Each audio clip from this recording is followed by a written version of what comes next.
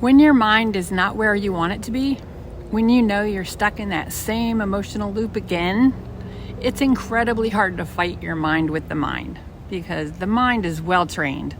It's trained through repetition, through survival, through habit. And most of the time, it isn't trying to make you happy. It's trying to make you comfortable in what's familiar. Even if that familiar place is anxiety or anger, or even if it's overthinking, even if it's misery, the nervous system will choose familiar hell over unfamiliar peace every single time.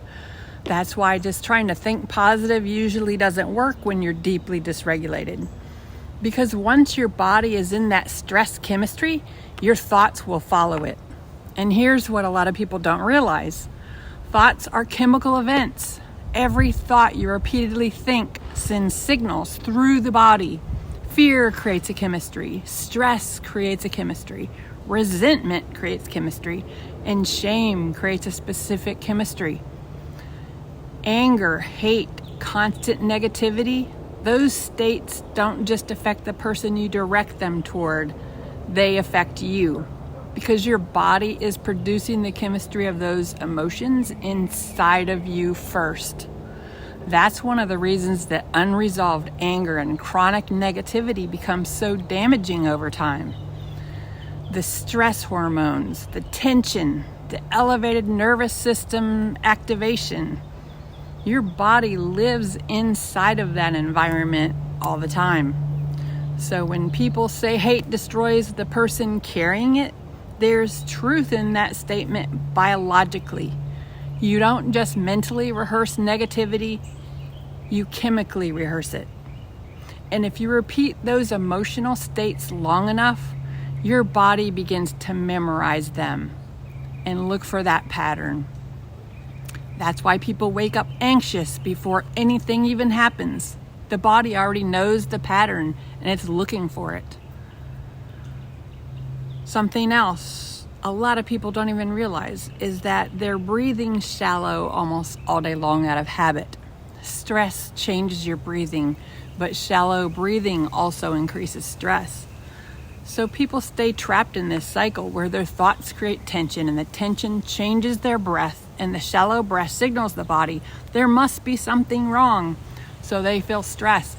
The body begins living in low-grade survival mode all the time.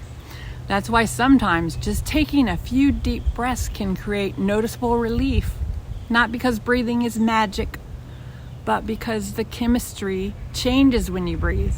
More oxygen, slower heart rate, less tension, more nervous system regulation. And that's where the shift really begins. So when you combine breath with movement, something powerful can happen. Even a simple walk can begin shifting your emotional state, because movement creates chemistry too. A deep breath can change your chemistry. An extra long exhale changes your chemistry.